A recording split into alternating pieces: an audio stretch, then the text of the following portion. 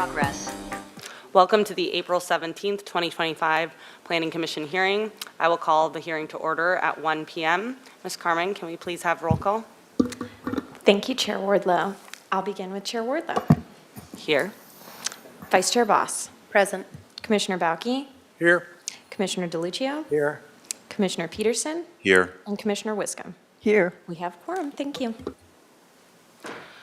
We will begin with preliminary matters, requests for continuances, withdrawals, postponements, or ex-agenda items. Ms. Arciniega, do we have any? Thank you, Chair Wardlow. We do not.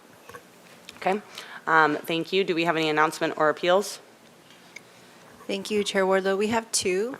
One for myself. I just wanted to announce to the Commission that the Coastal Commission found no substantial issue for the 101 Garden Street Hotel project, so they upheld staff's determination and denied the appeals, and so that project will now go to next steps. Did you have another announcement? Yeah, Chair Wardlow, Sorry. that one's for me. And to the commission, I wanted to let the commission know that the City Council Legislative Committee met on Tuesday, and our lobbyists provided a presentation on the pending bills in the legislature. I think there's something like 20 housing bills. It was recorded, and I will send everybody the link so you can watch it. That would be really helpful. Thank you so much. All right, thank you, and that takes us to item C, comments from members of the public pertaining to items that are not on today's agenda. Do we have any public comments? Thank you, Chair Wardlow. At this time, I do not have any speaker slips. We do not have anybody online, but I will acknowledge that we received written correspondence from Joan Fargus, and I'll give it back to you. Thank you. We will now close general public comment for items not on today's agenda. We will now move on to item 3, 2020 Chapala Street, regarding a discretionary application for a zoning ordinance and zoning map amendment. Today we have Ms. Buckhart with us to provide a staff presentation. Ms. Buckhart, the floor is yours. Thank you, Chair Wardlow, members of the commission. I'll start off with the vicinity map. The site is here on Chapala Street. Padre Street is just to the north, Mission Street is to the south, and State Street is to the east. There are denser commercial areas nearby on State Street, as well as Mission and Chapala and Mission and De La Vina. The site has a general plan land use designation of commercial, medium, high density residential, and a zoning classification of office restricted. Existing development on site consists of a church building and an accessory building. Both of those are single story. There's also a 17-space parking lot. The site is currently occupied by McDermott and Crockett Associates Mortuary, which is a funeral parlor and interment services use. They've maintained business licenses there since 2011. The proposal before you today is for a rezone of the site from office restricted to commercial general. The current office restricted zone is more appropriate for sites having a general plan land use designation of office medium density residential or office high density residential. So you can see here that the site is a bit spot zoned currently. The applicant's interest in this rezone is that it would allow the funeral parlor and interment services use to continue on site. It's not currently an allowed use in the office restricted zone. This issue was only recently discovered during their last round of state licensing. But as I mentioned, they've been operating on site since 2011 without issue. They've done all their due diligence. Just want to make that clear. It was just something that never got flagged with the city. So they're trying to take care of that now. So Planning Commission did initiate the rezone. You asked for a further discussion of parking when we return. So the applicant has submitted their formal application, and today's hearing is the Planning Commission public hearing where you would make a recommendation to City Council, and then City Council would hold a public hearing to approve, revise, or deny the rezone. And ultimately, the rezone needs to be found consistent with the city's general plan. So I want to run through again, like we did at the initiation, just a series of zone changes on the site, basically to show that the request for a commercial general zone is really a request to revert the zoning back to the classification it held in 1957 through 1972, and that since 1972, there have been a series of unusual zoning changes to the site. So quickly, I'll run through your exhibits. Your Exhibit C shows that in 1957, the site was split zoned to family residence and commercial. Your Exhibit D shows that in 1972, the site was rezoned to restricted office, and this was done to allow an office use in the church and accessory buildings. Your Exhibit E shows that in 1973, a citywide zoning amendment established the restricted office zone as an overlay for the site, and the two-family residence zone was then established as the base zone. Your Exhibit F shows that in 2013, a general plan update included a citywide effort to eliminate split zone parcels. So as such, the two-family residence zone was eliminated from the site, leaving the restricted office zone as the base zone. And this was because of the two zones, the office restricted allowed for a higher residential density, which is most consistent with the site's general plan land use designation. One other point of clarification is that in 2017, the city adopted the new zoning ordinance, Title 30, and the commercial C2 zone was renamed as CG, and restricted office was renamed as office restricted, just to clarify those renames. So here we look at the existing zoning. On the left, these areas outlined in yellow are the existing OR zones within the area. And on the right, we have the general plan designations that are most appropriate for that zone. And so you can see the inconsistency there. The closest area would be the Cottage Hospital area. So on this map, you can see the CG zone, which is the request to rezone the site as CG. They're outlined in yellow on the left. And they match. It's more appropriate, you can see, for the commercial, medium, high-density residential land use designation. So while the applicant is requesting the rezone in order for their business to be allowed to continue on site, that really is not a reason to recommend or approve a rezone. The reason should be to make sure that the zoning classification is consistent with the land use designation, and where it's not, to use the rezone process to clean these inconsistencies up as we become aware of them.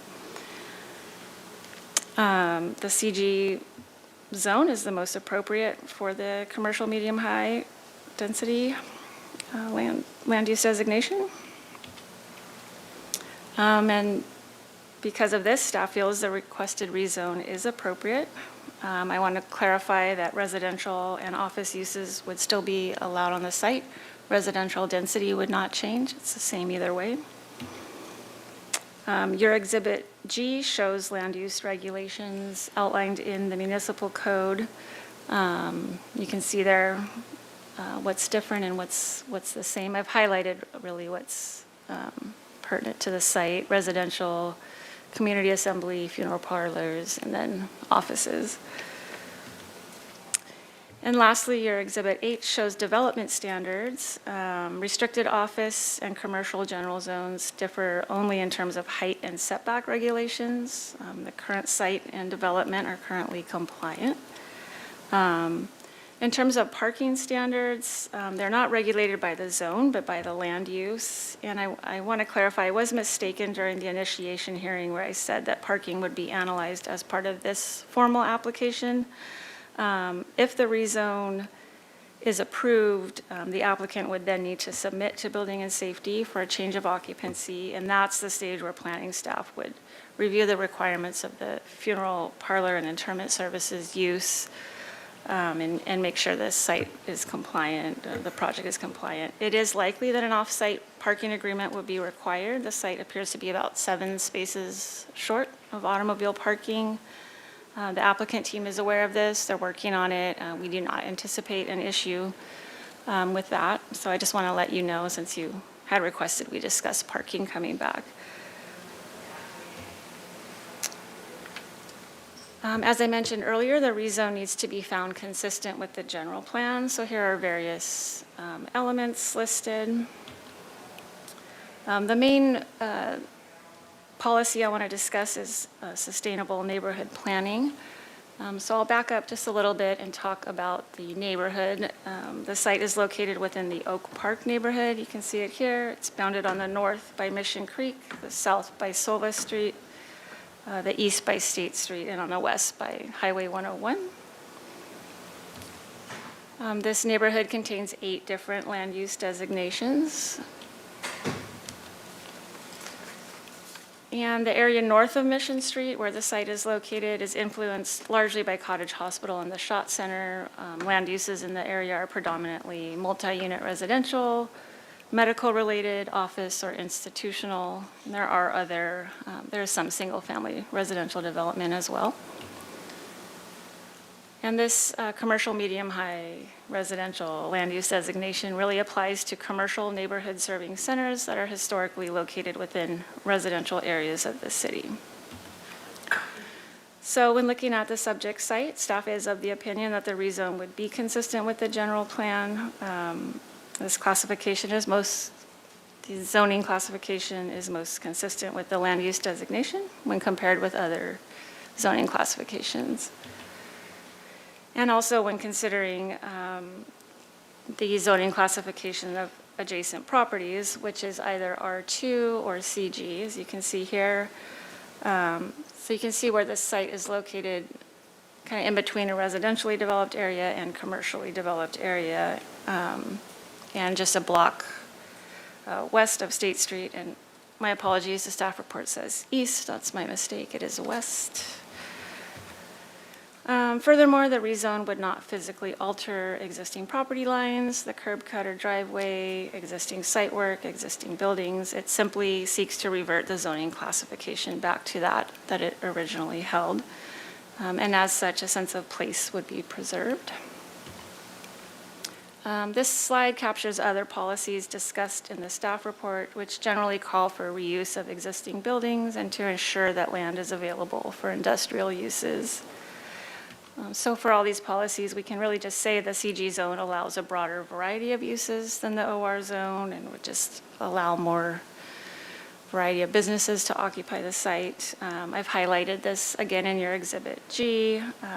You can just see where the CG zone is more permissive. And then looking specifically at industrial uses, both zones are pretty limited in types of industrial use, but again, you can see the commercial general is more permissive. So in summary, staff feels the rezone is consistent with the general plan.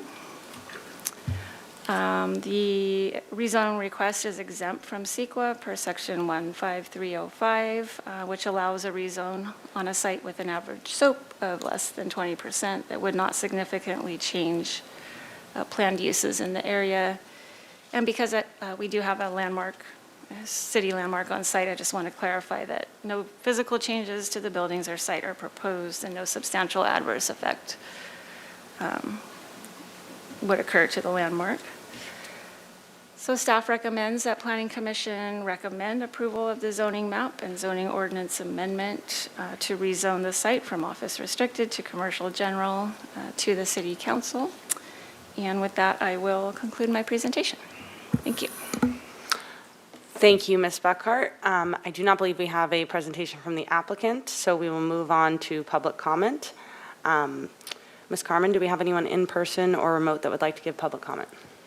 Thank you, Chair Wardlow. At this time, I do not have any in-person speaker slips. We do not have any participants online, but I will acknowledge that we received written correspondence from Steve Johnson and give it back to you. Thank you. If no further comments, we will now close public comment on this item. I will now open it up to my fellow commissioners for questions. Who would like to go first? All right, Commissioner Wiscombe. Thank you, Madam Chair. I just Ms. Burkhardt, I just want to go over the parking again. You said that it's, that it's going to be, that staff is going to analyze it and it's going to be required that it get updated?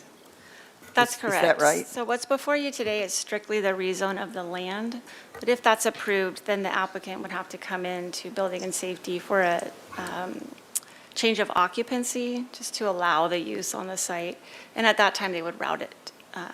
Building staff would route the project to planning staff, and we would review it against all required zoning standards, and the parking will get flagged at that time. We do know the site is about 7 parking spaces short, so that would either require a modification or an off-site parking agreement, which the applicant is currently working on an off-site parking agreement for those spaces. Right, that's, yeah, according to their letter, they're working on that. But, so we don't really have to say anything about parking in this meeting? Right, That'll that's get not what's done. before you today. Okay, Right. okay, that was really my question there. Thank you very much. That's all I have. Thank you, Madam Chair.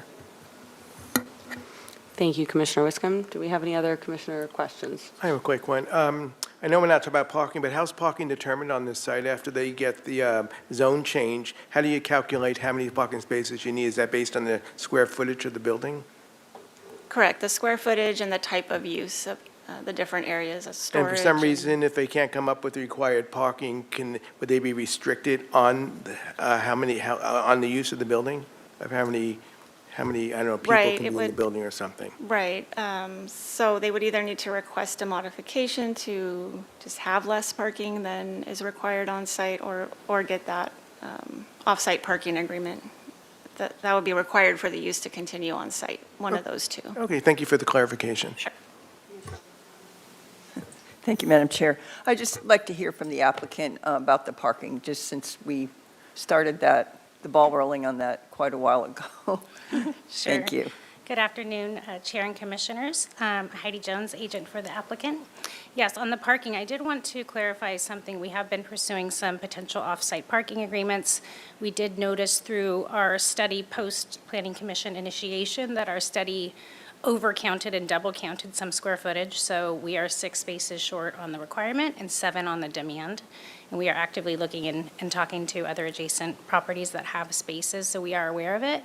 And also, interestingly, we have to calculate parking based on square footage. In the rear building, there's no one in there. So the reality, this is a low intensification of use, 3 to 5 visitors a day on average. And then if there's services, maybe 1 to 3 a month, maybe up to 50 people. You just don't know when something like that's going to occur. Thank you. Do we have any other questions from our commission? All right, we will move on to deliberations and comments from the commission. Who would like to go first? And Commissioner Wiscombe. Thank you, Madam Chair. I can certainly support this. I think the rezoning moves us into a much more flexible category, and since the surrounding zoning seems to be CG, I think that's the appropriate route to go on this. So I will be supporting the rezone. Thank you. Thank you. Next, we'll hear from Vice Chair Boss. Thank you, Chair. I can also make the findings and will support staff's recommendation. I just wanted to appreciate the confirmation from staff that the change here doesn't affect the ability for residential use or density. So looking much later down the line, we wouldn't require another change if there were to be housing in the area. Thank you. Thank you, Vice Chair Boss. Commissioner DeLucia. And I'm supportive, obviously, too, and I just want to acknowledge staff for the superb job you've done in the analysis of this zoning change recommendation. Thank you, Commissioner DeLucia. All right, I think that's the end of comments from the commission. I'll just say Commissioner, being proactive. Thank you to the applicant and to staff. I am supportive of this. I can make the findings. I agree with the comments of my other fellow commissioners. I think that this is consistent with the zoning surrounding this area, and I think this is a positive update. And I also want to thank you for your proactive efforts around addressing the parking. So with that, can we get a motion? I see Commissioner Wiscombe. Okay, thank you, Madam Chair. I can make the, I'll move the recommended findings on page 8 and 9 of our staff report. A is the zoning amendment, and this is a recommendation to City Council, and B, the environmental review exemption that's discussed in the staff report. Can I get a second? I second the motion.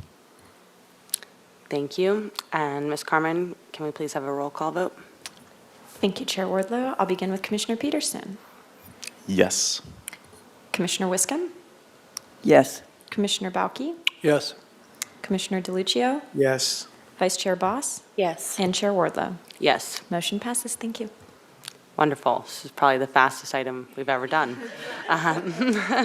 Thank you to the applicant and thank you to staff. That brings us to item 4 on our agenda, the administrative portion of our agenda. Do we have any committee and liaison reports? Really the fastest meeting, guys. All right. Well, I have one. Okay. Yes.